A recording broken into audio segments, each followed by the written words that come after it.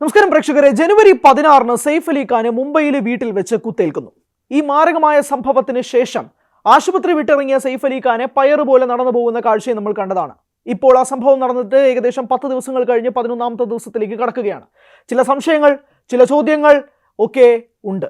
അതിനുള്ള മറുപടിയും കിട്ടേണ്ടതുണ്ട്. സെയ്ഫ് അലി ഖാൻ ഒരു മിസ്റ്ററി ആയി മാറുകയാണ്. എന്താണ് ആ വീട്ടിൽ അന്ന് യഥാർത്ഥത്തിൽ ആ രാത്രി സംഭവിച്ചത് എന്നുള്ളത് അറിയേണ്ടത് എല്ലാവരുടെയും അവകാശമായി മാറിയിരിക്കുകയാണ്. കാരണം എന്തുകൊണ്ടാണ് അതിങ്ങനെ ചർച്ചയാകപ്പെടുന്നത് എന്നുള്ള ചോദ്യങ്ങൾക്ക് കൃത്യമായ മറുപടി ലഭിക്കുന്നില്ല എന്നുള്ളത് തന്നെയാണ് വസ്തുത. ആദ്യത്തെ ചോദ്യം, നമുക്ക് 10 ചോദ്യങ്ങൾ ഉന്നയിക്കാനുണ്ട്.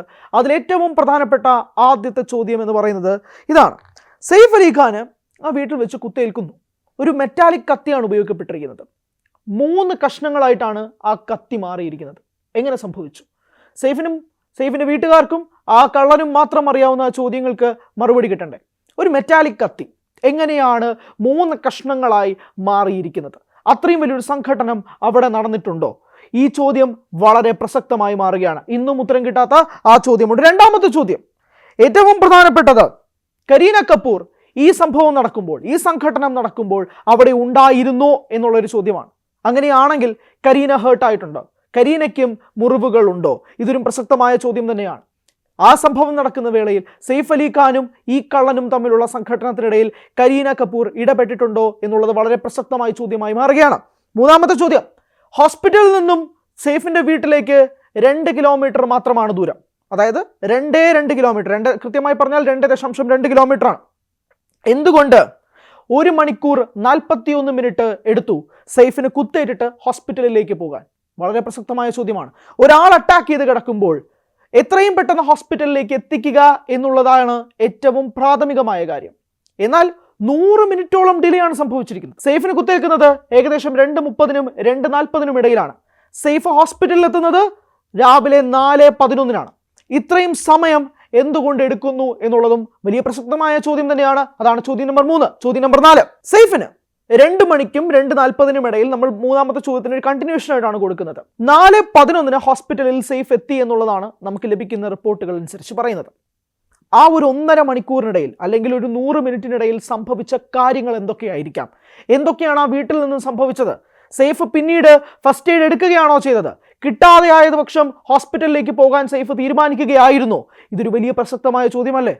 കാരണം സെയ്ഫിനെ പോലൊരു താരത്തിന് മുംബൈയിലെ വസതിയിൽ ഇത്രയധികം സെക്യൂരിറ്റിയിൽ നടക്കുമ്പോൾ ഈ 1.5 മണിക്കൂറിൽ എന്താണ് മായാജാലം സംഭവിച്ചത് എന്നുള്ളൊരു വലിയ പ്രസക്തമായ ചോദ്യവും കൂടി ഉയരുകയാണ്.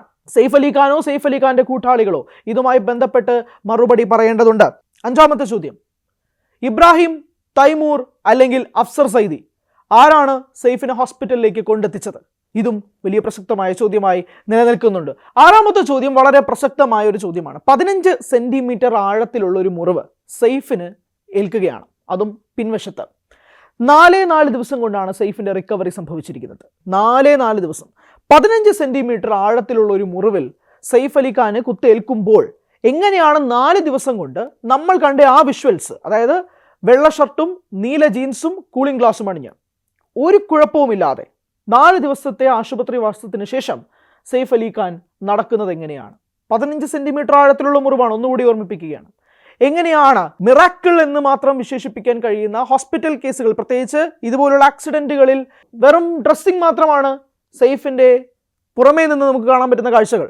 പക്ഷേ ഇത്രയും വലിയൊരു ആഴത്തിലൊരു മുറിവ് സംഭവിക്കുമ്പോൾ എങ്ങനെയാണ് സെയ്ഫിന് ഇങ്ങനെ നടക്കാൻ പറ്റുന്നത്? വലിയ പ്രസക്തമായ ചോദ്യമല്ലേ. ചോദ്യം നമ്പർ 7, ആ കള്ളന്റെ ഉദ്ദേശ ലക്ഷ്യം എന്തായിരുന്നു?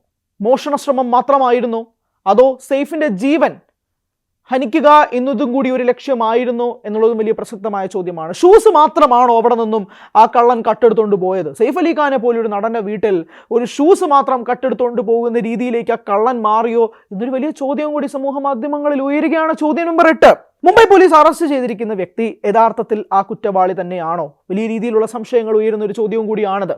കാരണം ഒരു ബംഗ്ലാദേശി പൗരനായതുകൊണ്ട് തനിക്ക് നേരെ എന്തും ചെയ്യാൻ സാധിക്കുമെന്നുള്ള പ്രതിയുടെ പിതാവിൻ്റെ വാക്കുകൾ ഏറ്റവും കൂടുതൽ ചർച്ച ചെയ്യപ്പെടേണ്ടതും കൂടിയാണ്. തൻ്റെ മകനല്ല പ്രതി എന്ന് കൃത്യമായ അച്ഛൻ വാദിക്കുമ്പോൾ മുംബൈ പോലീസ് അറസ്റ്റ് ചെയ്ത ആ വ്യക്തി കള്ളനാണോ അതോ കൊലപാതക ശ്രമത്തിനെത്തിയ ആളാണോ എന്നൊരു വലിയ ചോദ്യവും കൂടെ നിൽക്കുന്നുണ്ട്. ചോദ്യം നമ്പർ 9, പോലീസിന്റെ FIRൽ പറയുന്നത് ഈ പ്രതിയെ മുറിയിൽ പൂട്ടിയിട്ടിരുന്നു എന്നുള്ളതാണ്. അങ്ങനെ പൂട്ടിയിട്ടിരുന്നൊരു പ്രതിയെ എങ്ങനെയാണ് അവിടെ നിന്നും രക്ഷപ്പെടുന്നത്? അതൊരു വലിയ ചോദ്യമാണ്. പ്രതിയെ പൂട്ടിയിട്ടു എന്നുള്ളതാണ് FIR-ൽ, പോലീസ് FIR-ൽ പറയുന്ന വാക്കുകൾ. അങ്ങനെയാണെങ്കിൽ കൃത്യമായി പ്രതി ഇറങ്ങി പോകുന്ന CCTV ദൃശ്യങ്ങൾ ലഭ്യമാണ്. അങ്ങനെ പൂട്ടിയിട്ട ഒരു പ്രതി എങ്ങനെയാണ് ഇവരുടെ കണ്ണ് വെട്ടിച്ചുകൊണ്ട് CCTV ദൃശ്യങ്ങളിൽ കാണുന്നത് പോലെ വീട്ടിൽ നിന്നും ഇറങ്ങിപ്പോയതായുള്ള ദൃശ്യങ്ങൾ ലഭിക്കുന്നത്? അവസാന ചോദ്യം നമ്പർ 10 ദിവസങ്ങൾ കഴിയുകയാണ്. 12ാം നിലയിലെ CCTV ഫുട്ടേജ് എവിടെ? ഏറ്റവും പ്രധാനപ്പെട്ട ചോദ്യം. 12ാം നിലയിലെ CCTV ഫുട്ടേജ് ഇതുവരെ ലഭ്യമായിട്ടില്ല. നമ്മൾ 10ാം ദിവസത്തിലേക്ക് കടക്കുകയാണ്. സെയ്ഫ് അലി ഖാനെ അറ്റാക്ക് ചെയ്തതിനു ശേഷമുള്ള 10ാം ദിനത്തിലേക്ക് കടക്കുന്നു. ഫുട്ടേജ് ഇല്ല. CCTV ഫുട്ടേജ്, 12ാം നിലയിലെ CCTV ഫുട്ടേജ് ഇല്ല. ഈ 10 ചോദ്യങ്ങളാണ് സമൂഹ മാധ്യമങ്ങളിൽ ഉയരുന്നത്. കൃത്യമായ മറുപടി ഇതുവരെ ലഭ്യമായിട്ടില്ല ഈ ചോദ്യത്തിന്. അതുകൊണ്ടാണ് ഈ ഒരു അറ്റാക്കുമായി ബന്ധപ്പെട്ട് ഒരുപാട് സംശയങ്ങൾ നിലനിൽക്കുന്നത്. എന്തുകൊണ്ടാണ് സെയ്ഫ് അലി ഖാനോ സെയ്ഫ് അലി ഖാന്റെ വൃത്തങ്ങൾക്കോ ഈ ചോദ്യങ്ങൾക്കൊരു മറുപടി പറയാൻ പറ്റാത്തത്? കേസന്വേഷണം പുരോഗമിച്ചുകൊണ്ടേയിരിക്കുകയാണ്. സെയ്ഫും കരീനയും ചോദ്യങ്ങൾക്ക് കൃത്യമായ മറുപടി നൽകുകയും അവർ പോലീസിന്റെ അന്വേഷണത്തോട് സഹകരിക്കുന്നു എന്നുള്ളതാണ് നമുക്ക് ഒടുവിൽ ലഭിക്കുന്ന റിപ്പോർട്ടുകൾ. പക്ഷേ ഇതുപോലുള്ള ഒരുപാട് സംശയങ്ങൾ, സെയ്ഫ് ഒരു സെലിബ്രിറ്റി ആയതുകൊണ്ട് തന്നെ, സെയ്ഫിന് ഒരുപാട് ഫാൻ ഫോളോയിങ് ഉള്ളത് കൊണ്ട് തന്നെ സെയ്ഫിന് നേരെ ഉയരുന്ന ചോദ്യങ്ങൾക്ക് മറുപടി പറയേണ്ട ആവശ്യകതയും കൂടി നിലവിലുണ്ട്. മാത്രമല്ല, കഴിഞ്ഞ കുറച്ച് മണിക്കൂറുകൾക്ക് മുമ്പ് സെയ്ഫും കരീനയും ഈ അറ്റാക്കിന് ശേഷം ആദ്യമായി വീട്ടിൽ നിന്നും പുറത്തേക്ക് ഇറങ്ങുന്ന ഒരു വീഡിയോയും കൂടി ഇപ്പോൾ പുറത്തു വന്നിട്ടുണ്ട്. അപ്പോൾ യാതൊരു കുഴപ്പവുമില്ല സെയ്ഫിന് എന്നുള്ളതാണ് നമ്മൾ മനസ്സിലാക്കുന്നത്. അവിടെ ഇവിടെ മുറിവുകളുണ്ട്, അത് ഡ്രസ്സ് ചെയ്തിട്ടുണ്ട് എന്നുള്ളതല്ലാതെ 15 സെന്റിമീറ്റർ ആഴത്തിൽ പുറകിൽ കുത്തു കിട്ടിയ ഒരാൾക്ക് 4 ദിവസം കൊണ്ട് ഹോസ്പിറ്റൽ റിക്കവറിയിൽ പയറ് പോലെ നടക്കാൻ സാധിക്കുക എന്ന് പറയുമ്പോൾ തന്നെ ഒരുപാട് ചോദ്യങ്ങൾ നിലവിൽ നിൽക്കുകയാണ്. സെയ്ഫ് അലി ഖാൻ അറ്റാക്ക് ഒരു മിസ്റ്ററിയായി തന്നെ തുടരുകയാണ്.